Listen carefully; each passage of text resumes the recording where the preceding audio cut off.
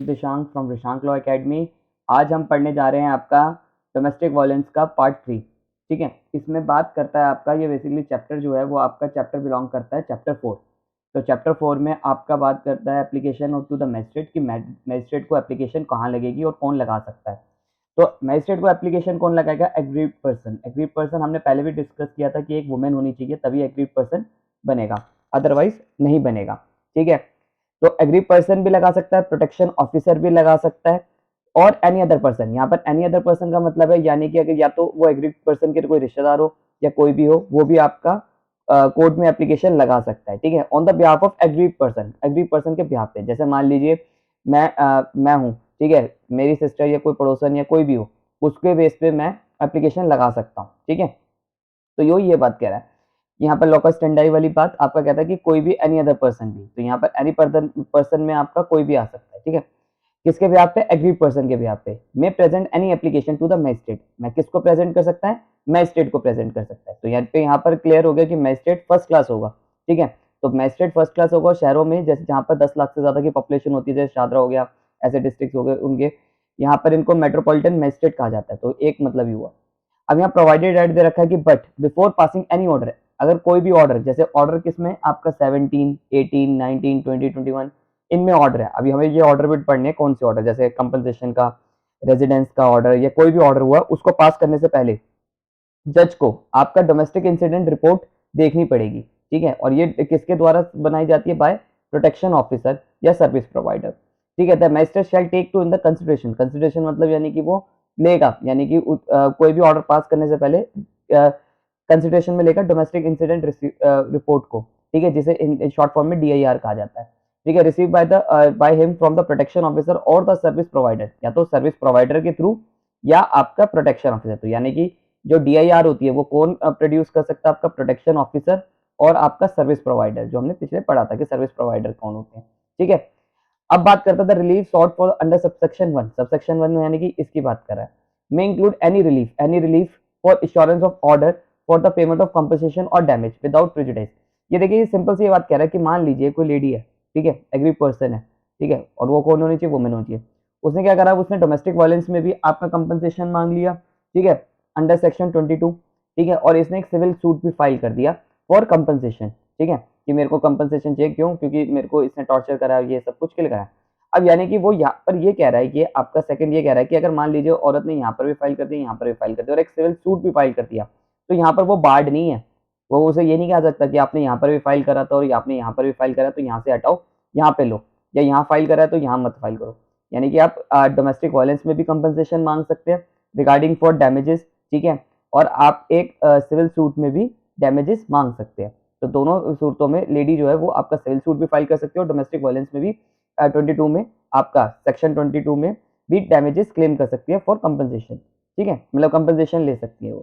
अब यहाँ पर एक चीज ये दे रखा है, प्रोवाइडेड राइट में ये दे रखा है कि सेट ऑफ वाली बात आई हुई है।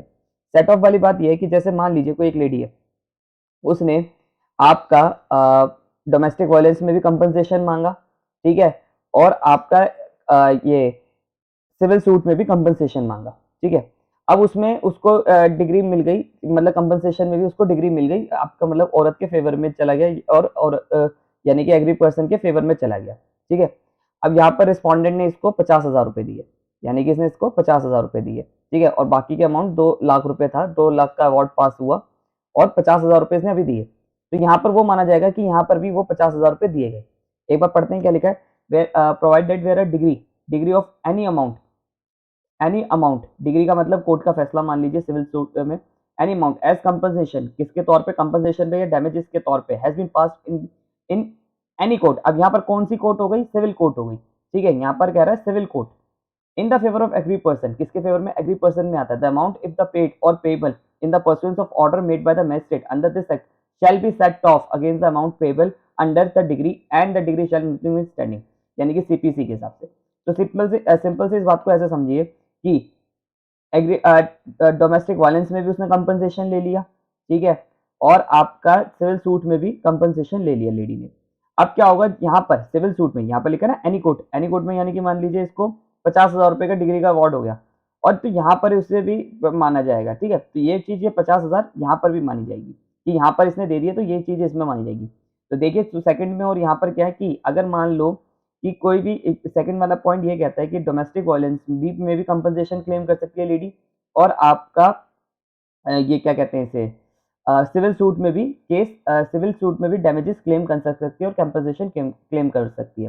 बट अगर लेडी के फेवर में आपका सिविल सूट में भी कंपनसेशन उसे अवार्ड हो जाए और आपका ये डोमेस्टिक वायलेंस में भी कंपनसेशन उसे अवार्ड हो जाए, तो यहाँ पर भी उसका पैसा, यहाँ पर पैसा दिया हुआ लेडी को, यानी कि यहाँ पर जो पिटिशनर को पैसा दिया है किसने, रिस्पोंडेंट ने, तो ये चीज आपका यहाँ पर भी मानी जाएगी। ठीक है, पैसा यहाँ दिया माना जाएगा। ठीक है, यानी कि इसने यहाँ पर दिया तो सेट ऑफ माना जाएगा। वो ये रिस्पोंडेंट यहाँ कह सकता है मैंने इसे सिविल सूट में 50,000 रुपए दे दिए थे, तो और ऐसा कंपनसेशन ही दिए थे, यहाँ पर क्या कंपनसेशन ही दिए थे, तो यहाँ पर कोर्ट कहेगी हाँ ठीक है, तुम एग्रीड पर्सन को यानी कि उस औरत को कि तुम्हें जब यहाँ पर कंपनसेशन मिल चुका है तो यहाँ पर भी वो माना जाएगा कंपनसेशन। ठीक है, तो सेट ऑफ हो जाएगा कि यहाँ पर सिविल सूट में भी दिया और यहाँ पर भी दिया तो एक बराबर है। ठीक है, आगे बात करते हैं हम आपका एवरी एप्लीकेशन अंडर सेक्शन 1 सच कंटेन सच पर्टिकुलर फॉर्म, यानी कि पर्टिकुलर फॉर्म में होना चाहिए एज पॉसिबल।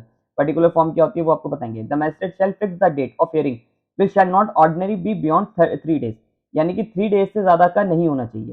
ठीक है, 3 डेज से ज्यादा का आपका नहीं होना चाहिए। जैसे मान लीजिए आज केस फाइल करा, ठीक है, तो जज को जो डेट लगानी है वह दिन 3 डेज में लगानी पड़ेगी पहली अपेयरेंस की। ठीक है, the magistrate shell Endeavour dispose of every application with in 60 days. ठीक है, सिर्फ 60 दिन के अंदर उसे एप्लीकेशन को खत्म करना है। हालांकि ये प्रैक्टिकली पॉसिबल नहीं हो पाता क्योंकि इतनी हैवी कोर्ट्स हो जाती हैं, कोर्ट में इतना काम हो जाता है, 5-5 हज़ार फाइलें हो जाती हैं, तो इतनी जल्दी नहीं होता। 60 डेज तो बिल्कुल ही नहीं होता। ठीक है, इतने में तो आपका इंटरिम रिलीफ नहीं बनता। अब देखिए थोड़ा सा प्रिस्क्राइब फॉर्म की बात करते हैं कि सिविल सूट में क्या आपका ये डोमेस्टिक वायलेंस में प्रोसीडिंग्स कैसे चलती है। आपका दिल्ली में अगर बात करें तो 2 रुपए की टिकट लगती है, हर स्टेट टू स्टेट आपका रिलाई करता है कितने की लगेगी। चीफ मेट्रोपॉलिटन को होता है, यानी कि जो आपका जाता तो ये एमएम के पास है, ठीक है, तो चीफ मेट्रोपॉलिटन को आप एड्रेस करते हैं। ठीक है, यहाँ पर पार्टीज के नाम आ गए। ठीक है, आपका और ये पुलिस स्टेशन लिखना बहुत जरूरी होता है, डिस्ट्रिक्ट कौन सी है, पुलिस स्टेशन कौन सा है। पुलिस स्टेशन में ही आपका मेन माना जाता है कि जुडिक्शन कैसे बनेगी। अभी जुडिक्शन हमें 27 में पढ़ना है कि कैसे जुडिक्शन बनती है। अब देखिए एडिशन में आपका ऐसे होना चाहिए, पूरी डिटेल्स आके जो हमने सब सेक्शन 3 में डोमेस्टिक वायलेंस में पढ़ा था कि औरत को पैसा नहीं दिया, औरत के कैरेक्टर पे कुछ बोला, या जो भी बातें आपकी हमने सेक्शन 3 में आप एक बार देखिएगा। ठीक है, सेकंड वीडियो में हमने सेक्शन 3 को बहुत अच्छे से डिस्क्राइब करा है, उसमें आपका सारा बता रखा है कि क्या क्या एलिगेशंस लगाने हैं। ठीक है, एलिगेशंस क्या क्या आएंगे और वो एलिगेशंस आपको इस पिटीशन में डालनी पड़ती है। अब बात करें सेक्शन 13 की। सेक्शन 13 कह रहा है service of notice. Notice of the date of hearing fix under section 12 shall be given to the magistrate to the protection of shall be served by means prescribed and responded on and any other person।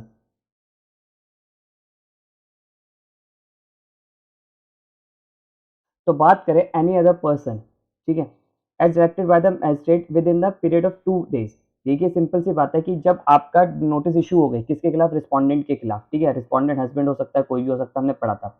अब respondent के खिलाफ notice जब issue हो गए तो protection officer या जो court ने क्या रखा है वो आपका रिस्पोंडेंट को नोटिस सर्व करवाएगा 2 डेज से, 2 डेज के अंदर। ठीक है, from the date of receipt के हिसाब से। ठीक है, और यहाँ पर ये माना जाएगा कि ये बता रहा है कि डिक्लेरेशन ऑफ द सर्विस, यानी कि ये प्रिजम्पशन मानी जाएगी कि प्रोटेक्शन ऑफिसर ने उसकी सर्विस करवा दी, तो आपका माना जाएगा कि उसको रिस्पोंडेंट को वो सर्व हो चुके नोटिस।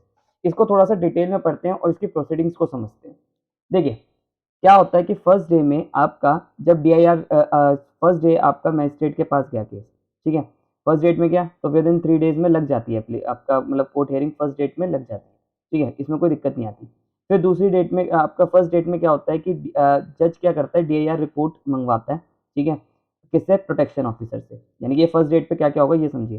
फर्स्ट डेट पे क्या होगा, DIR रिपोर्ट आएगी। ठीक है, DIR रिपोर्ट के ऑर्डर होंगे कि DIR नेक्स्ट डेट पे DIR रिपोर्ट फाइल करे प्रोटेक्शन ऑफिसर, यानी कि इस डेट पे protection officer DIR report file करे और रिस्पोंडेंट को नोटिस कर देगी।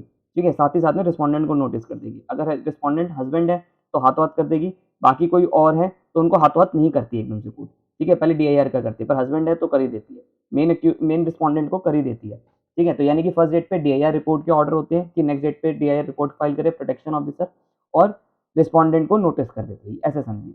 फिर DIR आती है आपका। अब सेकंड डेट पे क्या होता है कि आपका DIR आएगी। अब जो ये यहाँ से पीरियड का होगा, यानी कि फर्स्ट डे और सेकंड डे से पीरियड का होगा, अगर हम एक्ट के हिसाब से चले तो 2 डेज में आपको नोटिस हो जाते हैं। अब यहाँ पर कौन होता है, हमारे अगर दिल्ली की बात करें तो दिल्ली में आपका जिस थाने में, जैसे ये ज्योति नगर थाना है, ठीक है, इसके यहाँ पर जो पुलिस वाला होगा वो नोटिस सर्व करवाता है, क्योंकि वहाँ पर लिखा है एनी अदर पर्सन, जहाँ पर मजिस्ट्रेट ने प्रिस्क्राइब कर रखा है। तो मजिस्ट्रेट के ऊपर है कि वो पुलिस ऑफिसर्स को दे या आपका प्रोटेक्शन ऑफिसर को कहे, ठीक है। तो यहाँ पर हम दिल्ली में क्या होता है, प्रोटेक्शन सॉरी पुलिस वाला जो होता है वो आपका रिस्पोंडेंट को नोटिस सर्व करवाता है उसके घर पे जाके, ठीक है, घर पे जाके व्हाट्सएप पे जाकर, जैसे भी होता है आजकल व्हाट्सएप से भी होता है, अभी आपको नोटिस भी दिखाएंगे, ठीक है। तो ये तो इसकी प्रोसीडिंग की बात करें। सेक्शन 14 क्या कह रहा है कि magistrate may at any stage of the proceeding under this aggrieved person इधर ज्वाइनली, मतलब यहाँ पर सिंपल सी बात है कि अगर मान लीजिए दोनों पार्टी में काउंसलिंग करवाना है, जज को लग रहा है कि यार इन दोनों के बीच में काउंसलिंग हो सकती है और निपटारा हो सकता है, बैठ के या साथ रह सकते हैं या छोड़ सकते हैं, तो काउंसलिंग भी करवा सकते हैं। काउंसलिंग की डेट क्या होगी आपका, 2 महीने से ऊपर की नहीं हो सकती, ठीक है, आपका 2 महीने से ऊपर नहीं होती, ठीक है। अब देखिए ये नोटिस है, ये सम्मन्स है, ऐसे ये आपका जाता है, ठीक है, पुलिस स्टेशन लिखा जाता है, और ये और कौन सर्व करवाता है आपका, दिल्ली में अगर बात करें तो पुलिस ऑफिसर करवाते हैं, जिसका भी थाना लगता है, ठीक है, वहाँ का थाना लगता है, ऐसे 2 को जाता है और इनको सबको होता है। अगर इस नोटिस पे ना हो तो आपका एक्स पार्टी हो जाता है।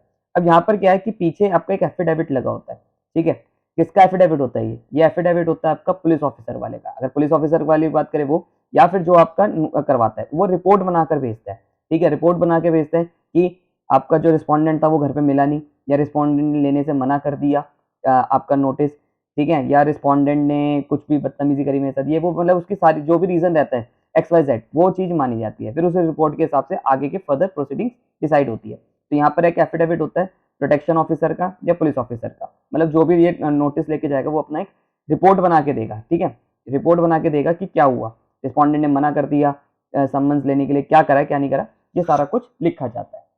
अब बात करें सेक्शन 15 की। सेक्शन 15 सिंपली ये बात कह रहा है कि असिस्टेंस, किसी वेलफेयर एक्सपर्ट की आपका वो लेना चाहे, क्या कहते हैं, असिस्टेंस लेना चाहे तो मजिस्ट्रेट वो भी कर सकता है। यहाँ मेयर की बात है, मतलब कोई मान लो मैं एक आपका वेलफेयर एक्सपर्ट हूँ, तो मेरी भी आपके किसी भी केस में मजिस्ट्रेट जो है वो मेरी ले सकता है, जानकारी ले सकता है, मेरी मदद ले सकता है, ठीक है।